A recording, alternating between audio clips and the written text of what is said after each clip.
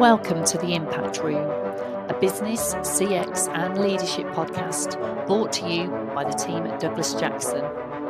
We feature real conversations and powerful insight from impactful and diverse leaders driving growth, business, CX and transformation that helps elevate and shape exceptional leadership.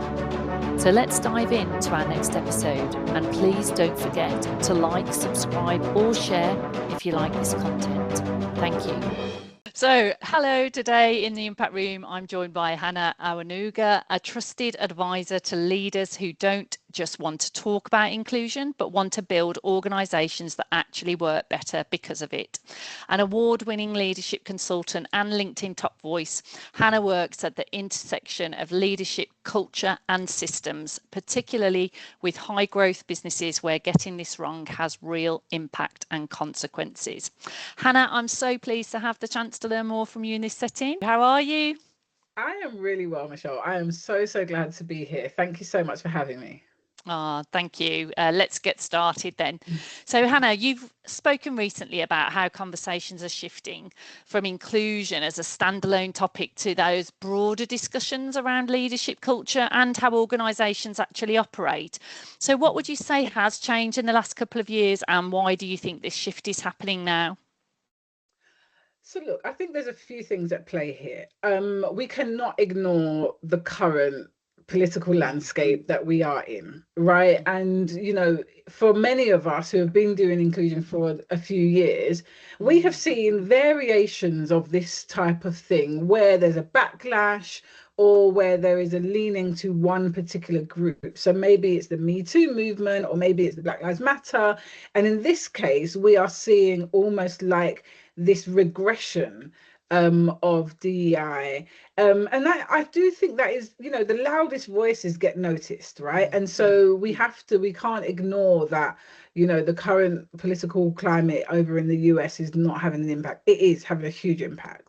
Yeah. And then I think something else is happening. So language shifts, right? You know, I always say that you used to call HR personnel, and then it got called HR, and now it's the people function. You know, language has evolved, and so I'm not worried or mad at the fact that, you know, people no longer really want to say the words DEI, because essentially, no matter what you call it, the work still remains the same. And so, yes, I think the landscape is shifting, rightfully so as well. I think if we think about 2020 and how some of the D&I leaders were appointed, they were appointed based on passion, lived experience, you know, George Floyd. And so, rightfully so, any business is now looking and thinking, was that a good return on investment? You know, what did we get from that focus, and reevaluating that? And I think that for me is important. Any good business will reevaluate the investments it makes. I think the challenge that we are seeing now is where organizations are pulling back. So instead of saying, right, we did this for 5 years, it didn't work, what else are we going to do? How can we get impact? They're saying, actually, it's not a priority for us. And that's the sad thing about it, is that I suppose the organizations that might have been on the fence, or the organizations that weren't quite really on, you know, really wanting to get involved, now have a great escape to just be able to retract. So that's what I think is happening. There's a language shift, and then the current political climate is having an impact. Yeah, thank you. And such good points. And I think I agree with you. I think for those businesses where it really matters, we've just seen, as you say, that language shift. And the fact is, it still matters. So it matters. So they're still on that same journey. And as you've said as well, that reevaluation, I think times have been tough with business, especially with costs in a lot of places. And so they are looking to sort of rationalise. But one thing I hope, and I've seen in many other areas, is even if businesses pull back a little, sometimes they often return when they've got a new appetite and a new sort of motivation or impetus to go back onto it again with fresh eyes and fresh thinking. So hopefully it's just a small hiatus as opposed to, you know, a permanent drawback from some quarters. I agree. And I think, and we will, they always say, right, you know, we will see the organizations that still truly believe in this. We'll see it in the work, we'll see it in the outcomes. So I'm not particularly worried. I think, absolutely, me as a D&I professional, and my colleagues, we are having to shift. A lot of people have, roles have been, either taken away or kind of broadened out, or kind of put under different functions. We've seen that. But hopefully what we will also see is that organizations will come back around. Yeah, absolutely. And I think you touched on it, and I'm sure we'll talk about it a lot more, but it's that return on investment, I think. And I think every initiative has to do the work, as in return, the outcomes or the key factors of success for the business, to be worthwhile, for everybody involved, I think, for sure. So, I mean, you've spoken recently about how those conversations obviously have shifted, which we've talked about. So when you're working with leaders and you're behind those closed doors, what do you think they are actually worried about, when it comes to culture and inclusion, and perhaps maybe they don't always say it publicly as well? Yeah, I think, so if I'm very honest with you, this language shift of, people don't want to say DEI no more, I personally think it's just the D. I personally think people just don't want to talk about diversity no more. They don't want to talk about the multiple facets of identity.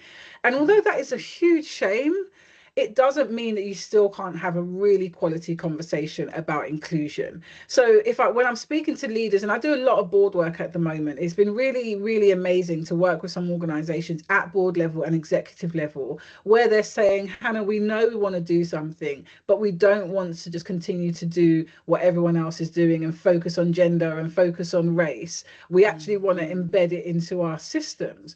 And so I suppose what I'm finding it is almost the blocker is that you can't focus on inclusion without talking about race. You can't focus on race with, not race, sorry, you can't focus on inclusion without talking about diversity. You can't talk about diversity without talking about equity. And I think talking about equity and talking about diversity is where the friction is, because people don't want to get it wrong. People are uncomfortable talking about neurodiversity, race, LGBT. Like, these are quite heavy topics. And we've seen, not only now but before, we've seen that is where leaders really kind of find it quite difficult, because they're worried about whether it's the external landscape, whether it's their people, but saying the wrong thing, and almost this diversity Olympics of who we're going to focus on now. And so what I'm seeing is that a lot of organizations don't want to talk about diversity. They just want to talk about inclusion. They feel safe talking about inclusion. And so me, as an advisor to a lot of organizations at the moment, is just letting them know that, yeah, that's fine. We can focus on inclusion and we can embed inclusion into the systems, but you won't be able to get away with not talking about diversity. You won't be able to get away with not talking about equity. And I think that, for me, is also really, really important. Excellent. Okay. So, I mean, if we look at your Inclusive Foundations program specifically, which does talk about and is focused on embedding inclusion into these systems and these processes, not just the behaviours and the workshops. So why do you think that distinction is so important then? And especially, with the types of businesses you're working on, those scale ups and those high growth businesses as well, Hannah? I think it's important because one thing that I've been saying quite a lot recently is you can do everything in your power to educate your organization about gender and race. You could do all the awareness days, you can get the best speakers in, you can do the focus groups, you can do all that work. If your systems still require a 2-1 from a Russell Group university, no matter how much awareness you do, they're still not getting through your doors. And so that's why we're focused at IFP, we're focused on inclusion, because we believe that if you actually embed inclusion into your system, if you take away the barriers, remove the systemic barriers of recruitment and hiring and succession and promotion, then actually what you do is you do somewhat, and I would say somewhat, level the playing field. You remove the barriers so more people can enter. And then once you have done that inclusion work, then you figure out, okay, well, we've now removed the barriers. So we don't require you to go to Russell Group University. That's going to open the kind of widen the pool a little bit.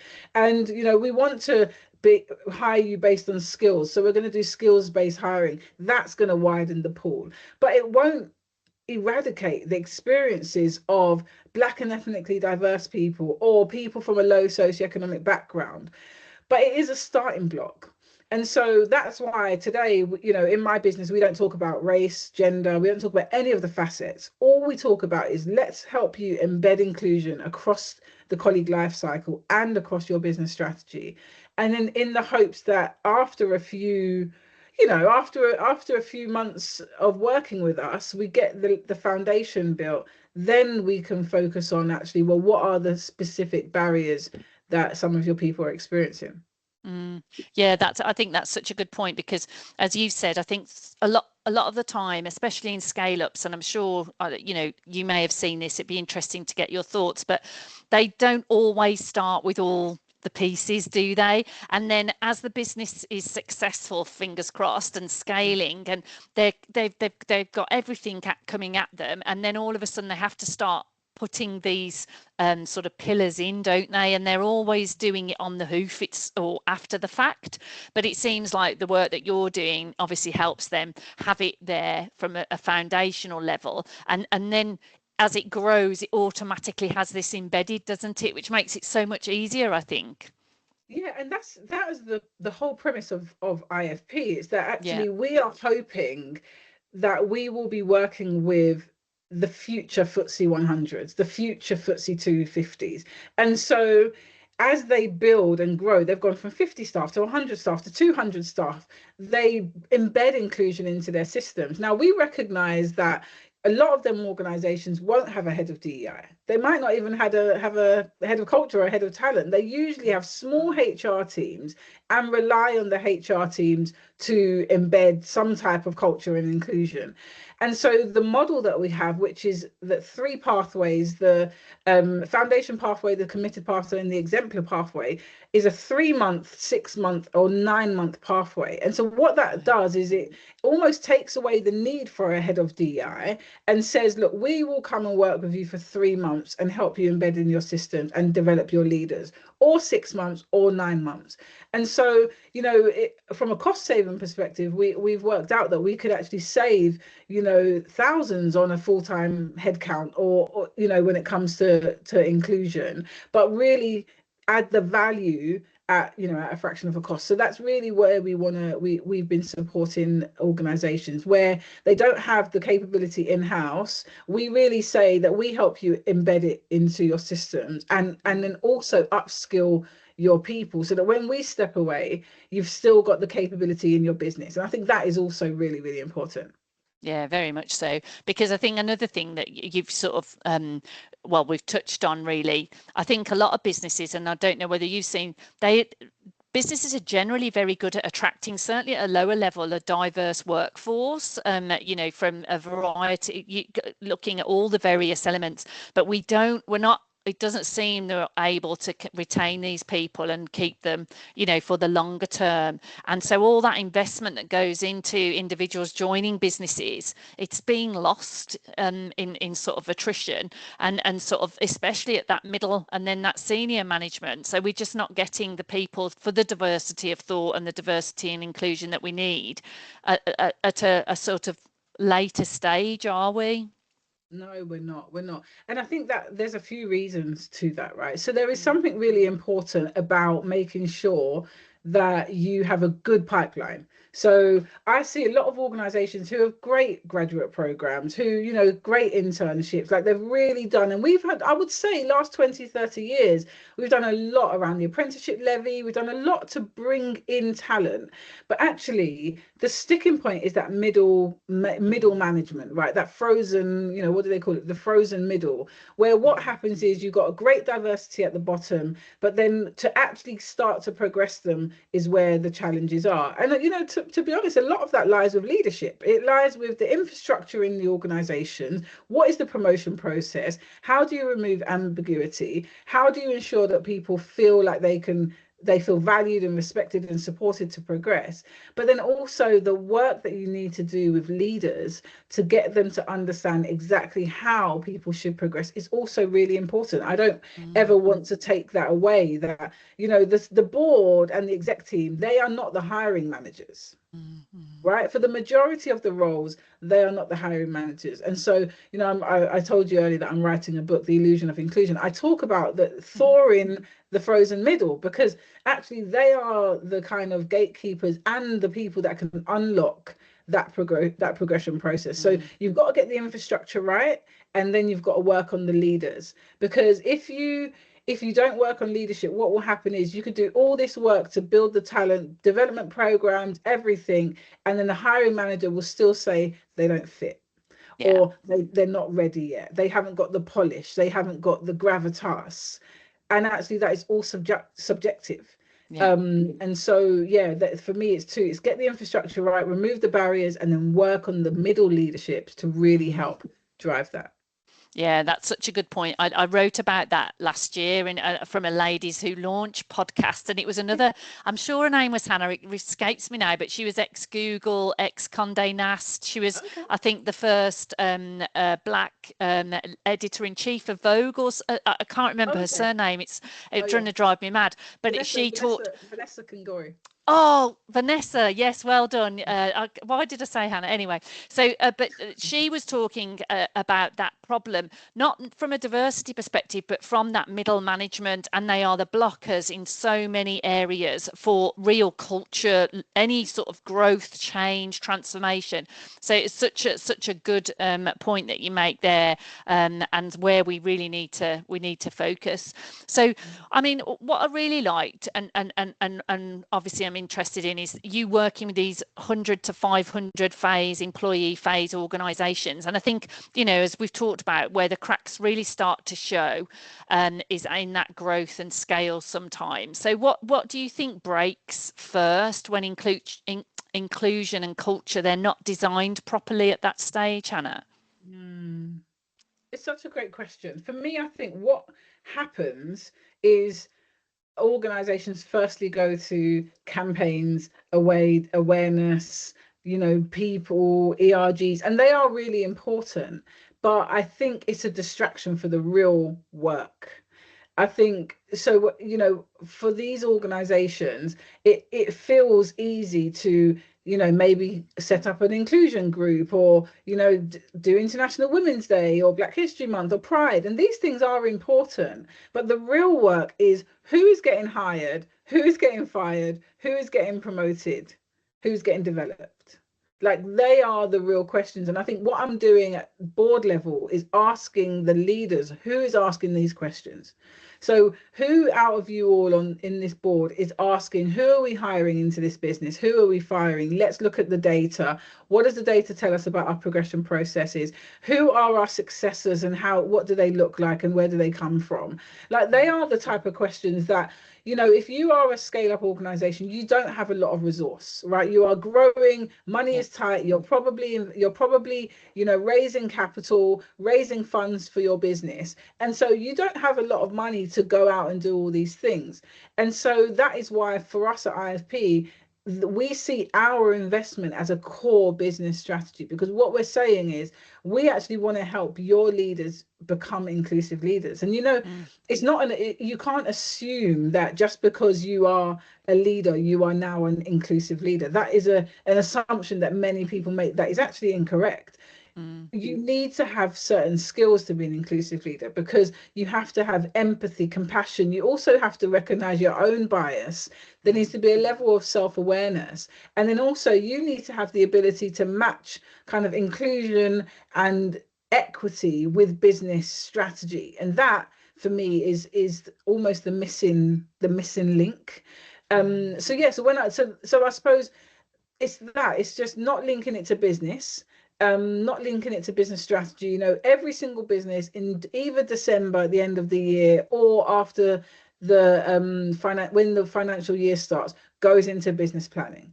What is our financials for the next year? What are we trying to achieve? How are we going to get better client acquisition? We also need to think, how are we going to build our culture? How do we want to keep people? Why are people leaving? Who's leaving? And who is progressing? Them questions are really, really important to ask. And I just think that, it's very easy to say, actually, we'll do a great International Women's Day, as opposed to asking some of the harder questions.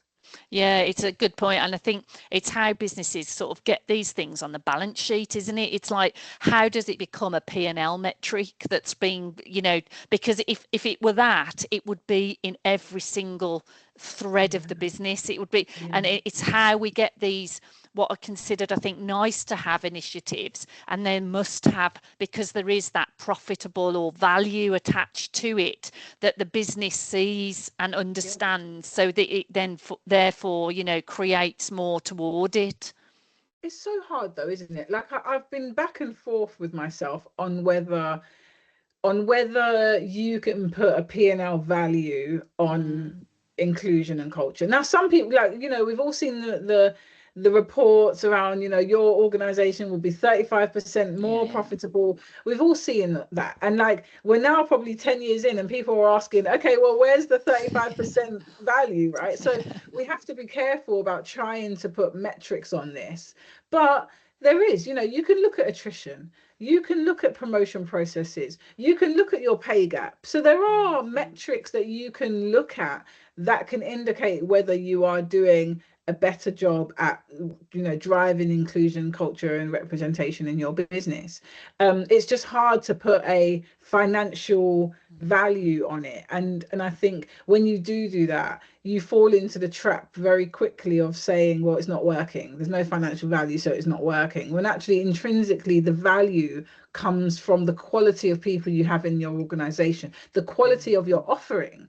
Because I also talk a lot about, it's not only your people. Inclusion isn't only for your internal staff. How are you diversifying your client base? Yeah. The world is changing so much. Where money comes from 20 years ago is not where money comes from today. Yeah. And so are you ready for the Gen Z, the buyer that is, there's a transfer of wealth happening at the moment to women.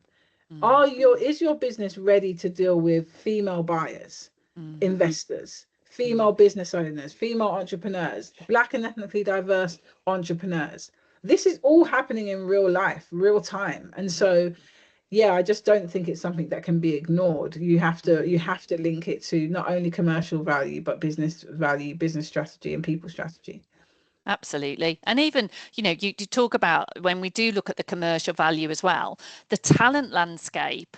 I mean, if we look at our demographics as a country, our talent landscape has changed, is changing. If people want to continue to attract the best, and, if we look at the advancements that are happening and what was going to make really great leaders stand out in the future, it's not going to be a degree or a way of a process or knowledge necessarily. It's going to be, as you say, that empathy, that leadership, that ability, to cut through, and that emotional intelligence and all those sort of things. And these people, individuals with those skills, are going to come from everywhere and anywhere, and they may actually come from places we never ever thought would be right. Yet these are the people now that would need to lead us, yet we're not giving them the opportunity, because we're looking at this ever decreasing talent pool of what we've always had, which to me seems absolute crazy, especially when a lot of leaders, I think the numbers are, if we do look at it, within 18 months C-suite leaders will generally fail. Well, why do we keep doing the same thing? It's crazy.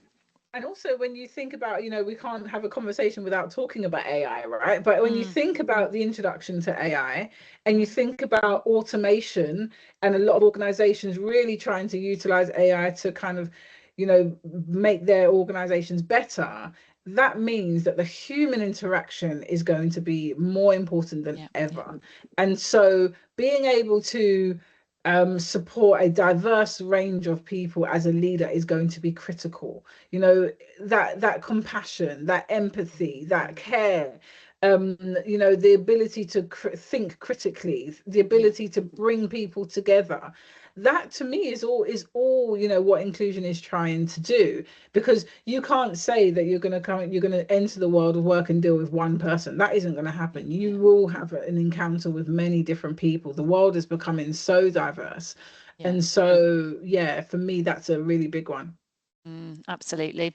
So you've touched on it again earlier when we talk about full-time senior D&I roles and whether or not businesses are leaning more towards this advisory or fractional support. And it's something again we're talking a lot more about it to businesses generally, not just for D&I but for even CFOs, chief information officers.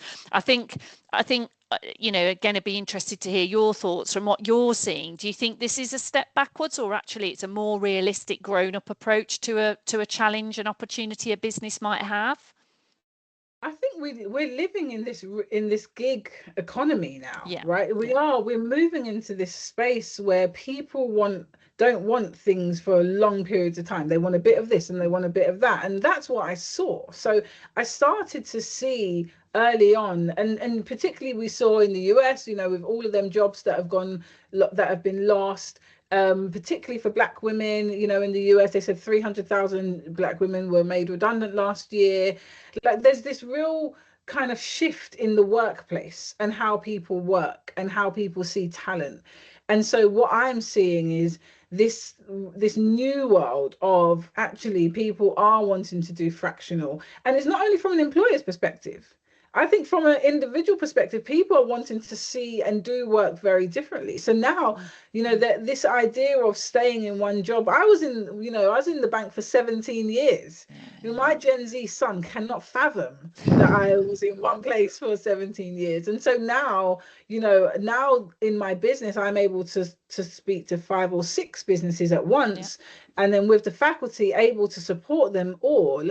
It's really interesting because now organizations are saying, right, okay, well, let's do a really intense period with you for 3 months where we really focus on this. We put it into the system, you step back, and then if we need you again in a couple of months, we'll come back for more. I think we're gonna see that more and more. A lot of my HR friends are starting to talk about fractional HR. And I feel like I've probably become one of the first to really take D&I down that fractional route as well. And so let's see how that goes. Yeah, I think, as I say, we're seeing a lot of it, and I think it brings as well more value add, more because there's more, rather than saying, oh, we're doing this for the next 3 to 5 years, it is condensed. So like everyone's sort of, we're really going to get something out of this in a short, and it can actually move the needle perhaps a little more, I think, and we've seen that in some of the more traditional roles as well. So I think it will do here also. And you sort of talked as well, or we've talked, sorry, I don't think we've mentioned it just yet, but about being invited onto advisory boards as well, Hannah, to talk about leadership culture more broadly. So what kind of impact do you think happens there when inclusion is discussed at that level rather than, as a separate initiative, would you say? Yeah, I think it's so critical. I recently joined the Grants and Impact Committee at Land Aid, as an advisory board member, and I sit on the board of Progress Together as a non-executive director. And the value I see that it has when you talk about inclusion at that level is you're holding the leadership accountable. What I have loved is being able to ask the really hard questions to the CEOs of these companies and really hold them accountable for what they say. And so to me, it goes right to the top. It means that it stays on the agenda. That is why I always advocate for advisory roles, advisory positions for my colleagues who are in DEI, because although traditionally in non-exec roles or advisory roles, there isn't a culture and D&I person. There's a people person, and then there's audit and finance and all these other traditional roles. But we are seeing, and Michelle, I'd love to hear from your perspective, we are seeing, this real kind of appetite for people who have got a D&I background or inclusion background or culture background to join boards. I've had several meetings, several interviews where organizations are looking for that. And so I think that's a really good sign, because you know, as a non-exec or an advisory board member, you're not part of the executive team. So actually you get an opportunity to really agitate at that level.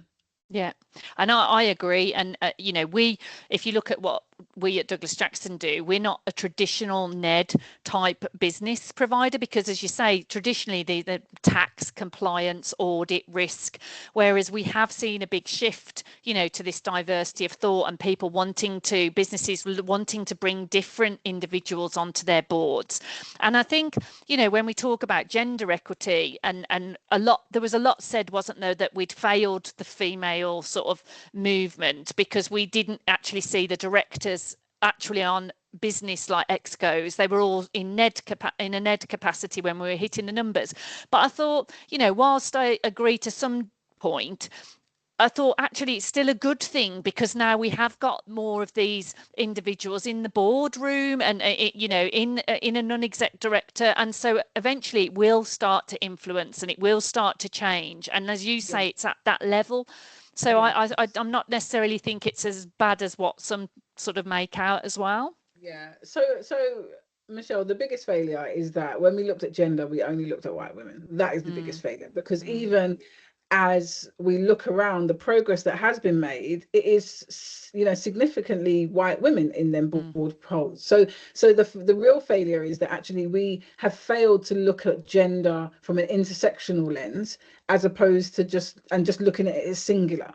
But I agree with you. I think even having them, you know, I have some amazing female women who are white, who advocate for me and champion for me. So I love that they are there. And to your point, I think, yes, we still need a lot more work to do so that we're on executive roles, not just board roles. But my challenge always when it comes to gender is we seem to not be able to look at gender from a intersectional lens. So, you know, International Women's Day is coming up, right? And I haven't had many people reach out to me for speaking engagements, but I will always be fully booked over October. That goes to show that we're still seeing gender as gender and race as race, whereas actually I am a Black woman. And so, you know, not to deviate the conversation, but absolutely, I think we have made progress on the board. It is great to see that, and actually we need more of that. But the real failing is that we still haven't grasped this idea of intersectional gender. And so we're still just looking at it from kind of one dimension, which isn't helpful and isn't progressive, because we will look back in 50 years and we might have gender balance, but it will look the same. And then we will all be looking and thinking, oh, why are they all now white women? When actually what we should be doing right now is looking at how do we make sure that women from multiple dimensions, you know, are representative in these senior positions. Excellent point. Thank you. So, I mean, if a CEO or a founder is listening to this then and they're thinking, you know, we're growing fast, we don't want to get this wrong. What's one thing do you think that they could do in the next 90 days to build stronger foundations, Hannah? Okay, so there's a few things I think. I think the first thing is accountability and sponsorship. Put this on the agenda. Have this as a topic of conversation at your board meetings, at your advisory meetings. Put it on the agenda. Even if you don't have a strategy fully fledged out yet, ask the questions of the board, of the executive team. I would then say also, and this is, I'm just following the kind of framework that we have, which was embed, engage, and enable. And then think about actually how do you embed it into your HR system. So, you know, and I won't give it all away, because come and talk to me. And I can so do that. Come and talk to me and I can help you. I can help you do it. But then go back, you know, so you've done the engage piece with the leadership. Then you do the embedding piece with the HR team, and then you enable the rest of the business. Then you galvanize the troops. You start to speak about it. You use your comms to talk about what you're doing, why you're doing it, why it's important. So you engage the leadership, you embed it into your HR systems, and then you enable the business to move it forward. That's our, you know, we have an E framework, and that is what are the 3 E's, as we have, you know, everything's got 3 or 4 letters. But that's what I would say. And look, you know, Michelle, we've talked about this a lot. I'm really keen to speak to kind of HR leaders, D&I leaders, who are standalone, because we've seen a few of them, D&I leaders that are standalone who don't have teams are coming to us and saying, look, can you almost be an extension of our team and support us more widely, which we're loving at the moment. And then also, founders and leaders who want to do this work. Yeah, brilliant. Well, and we'll put all the sort of how people can contact you and connect with you in the links. And I really, really appreciate everything you've shared. Thank you. Is there anything you wanted to finish on? Anything we've not talked about that you want to sort of cover off as well, Hannah? I think we've done a lot. We've covered a lot of ground in 30 minutes. But I just think also to just say that although we focus on kind of scale up businesses, we are having, we've had quite a few conversations in financial services, a lot of conversations in real estate. And so it's not only that group, we are able to kind of support kind of some of the larger businesses, but we just know that actually the larger businesses have a lot more capacity and resource than kind of the medium-sized businesses. So yeah, I suppose I just want to make sure that people don't say, oh no, that's not for us. Come and have a conversation with us. We've got a fantastic faculty and ready to kind of support the businesses as they grow. So yeah, and certainly, as we've said on that fractional and that NED piece, I think there's opportunities within the larger, the scaling and the mid-sized firms, because they haven't all got the talent or the voice or the thought leadership that they want in that capacity, right? Exactly. So brilliant. I mean, we could talk about every one of these questions for half an hour, I think, on its own, and spend a long time together. So anybody that's interested to talk to you, obviously, as I say, I'll share all your details. And Hannah, thank you again. It's been lovely to spend a little bit more time with you on this subject. Thank you. No worries, Michelle, thank you so much for having me.